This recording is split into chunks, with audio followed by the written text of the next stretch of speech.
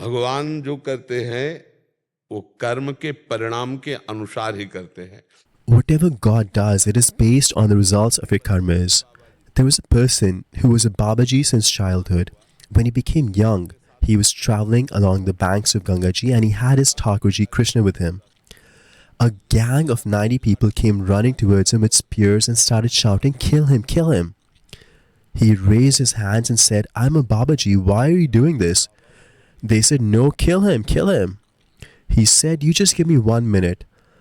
I will take a dip in Gangaji, take Charnamrit of my Thakurji, and then you can kill me." They said, "For sure, we will kill you."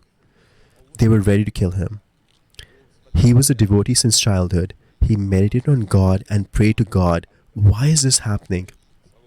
And said, "I have committed no sins since I was a child. Since childhood. And 90 people want to kill me with sticks and spears? My Lord, why is this? What was my mistake?" God said, "Because you are my devotee, you are getting the fruit that 90 people will kill you at the same time. In the past life, you killed 90 people and you would have had to take a birth 90 times and you would have been chopped to death every time. So in your case, it is a great benefit that he was going to take darshan of God and he gave up his life during that darshan. Now he will attain God and all his karmas and sanskaras will be turned to dust. Karmas which would have forced him to take repeated births. Because we do not know these things, we may say that he was going to take darshan of God and God did not save him and he died in an accident. Do you understand? He was saved from the karmas of countless lives because he was going to meet Thakurji. Now he has met Thakurji. He was going to leave his body anyways, today or tomorrow. And whatever circumstances are destined, he will die in that way. Regardless of where you go, that incident will happen. But his life was successful because he was going to see God and died en route in an accident. Because his contemplation was that I'm going to take darshan of God. Whichever Thakurji he's going to, this is just God in different forms. So this is not inauspicious, this is very auspicious. For example, we have seen the life of saints. Have you heard the name of Uriya Babaji? At his last moments, he was attacked with a sickle to his head. A crazy person hit him on the head. See, this was a result of karma he had to bear, and now he has been freed of all karmas and attained God. He has been liberated. So this is very auspicious. It will result in well-being. He had to pass away because he was going for darshan, and the same circumstance and incident took place would have happened. But now, as a result, he will attain God.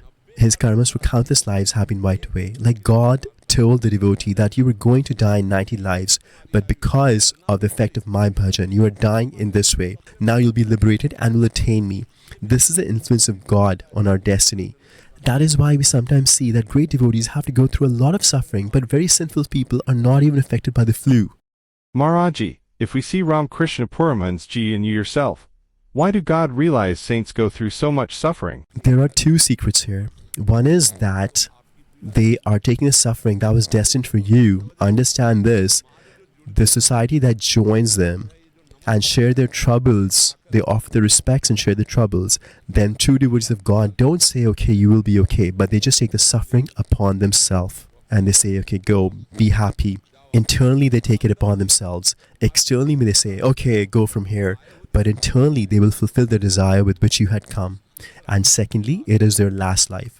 The entire register of previous lives is cleared up now, and they are being liberated. That is why it is seen that great saints, that they're going through a lot of suffering.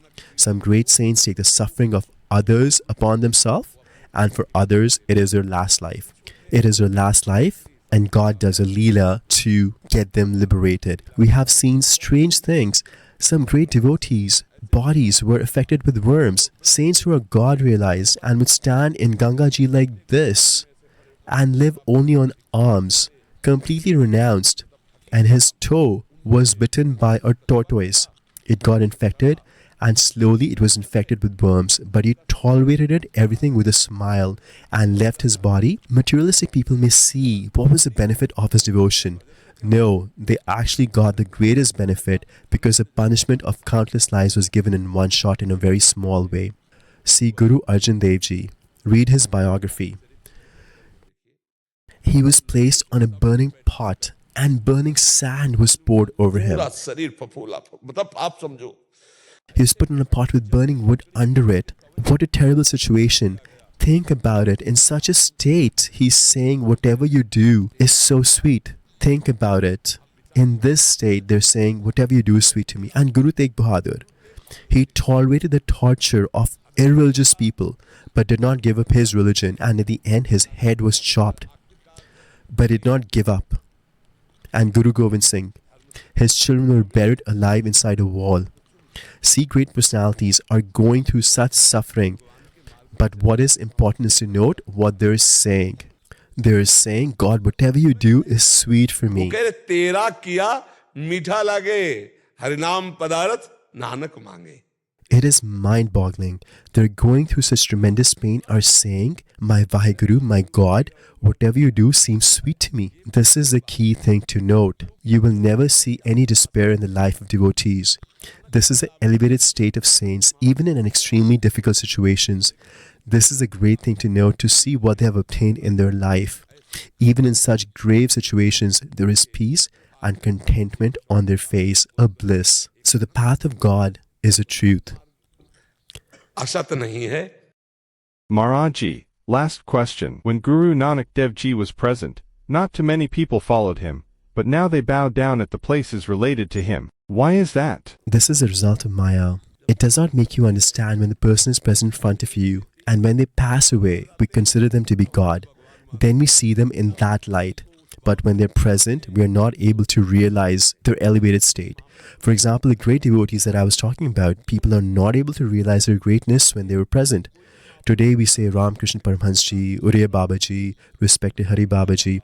But when they were present, it was just like you and me. In the present, Maya surrounds us with her curtain. And we think that, okay, he's a great devotee, maybe he's doing a lot of bhakti, but when he passes away and we read their biography, we say, oh, he was God. And then we offer respects to the places where they lived and had their pastimes. This is the game of Maya. It will not let you understand. But those who understand will get the benefit. And it is not like nobody understood. Some people did understand.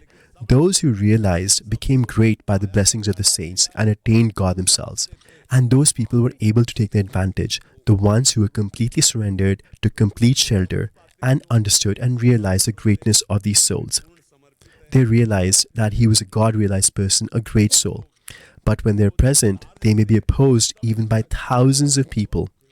And when they pass away, then even those people who are opposing them offer respects. This is the effect of Maya. It does not let you understand. Even when God takes avatar, he incarnates, that not everybody realizes he is God. There are people who oppose him. Duryodhan did not consider him to be God. Krishna went to make them understand, but they did not listen. So this is what happened.